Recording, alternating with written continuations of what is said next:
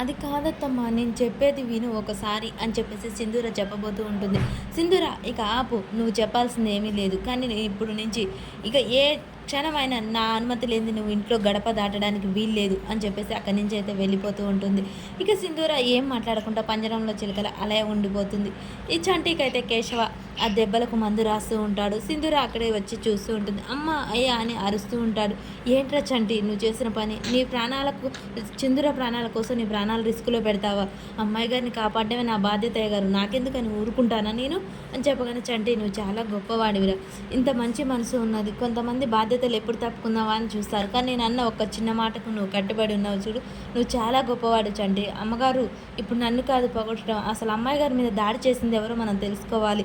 ఏంటి చంటి నువ్వు అనేది? అవునమ్మాయి గారు, ఆ రోజు గుళ్ళో దాడి చేసిన వాళ్ళే ఈరోజు అమ్మాయి గారి మీద దాడి చేస్తారు, అల్లో ఒకరిని నేను గుర్తుపట్టాను అమ్మగారు అని చెప్పగానే, అవునా అసలు అదే పనిగా మన సింధూరన్ మీద ఎందుకు దాడి చేస్తున్నారు, ఎవరై ఉంటారు అనగానే, అత్తమ్మ రవిబాబే, అది నేను నా నోటితో చెప్దామంటే మీరు వినట్లేదు, ఇది చెప్పే అవకాశం కూడా ఇవ్వట్లేదు.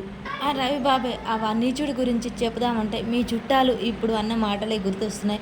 ఒకవేళ అదే నిజమైతే ఇక వాళ్ళని ఇంట్లో నుంచి మీరు గెంటేశారు, ఆ నింద కూడా నా మీదే పడుతుంది.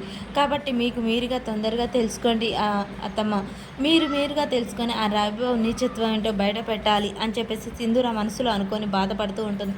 మరి ఇక ఆ రవిబాబు ఇంకా రెచ్చిపోయి ఇంకా సింధూరాన్ని ఇబ్బంది పెడుతూ ఉంటాడా? ఈలోపే చెంచలమ్మకు తెలిసిపోతుందా అసలు ఏం జరుగుతుంది అనేది ముందు ముందు ఎపిసోడ్లో తెలుస్తుంది.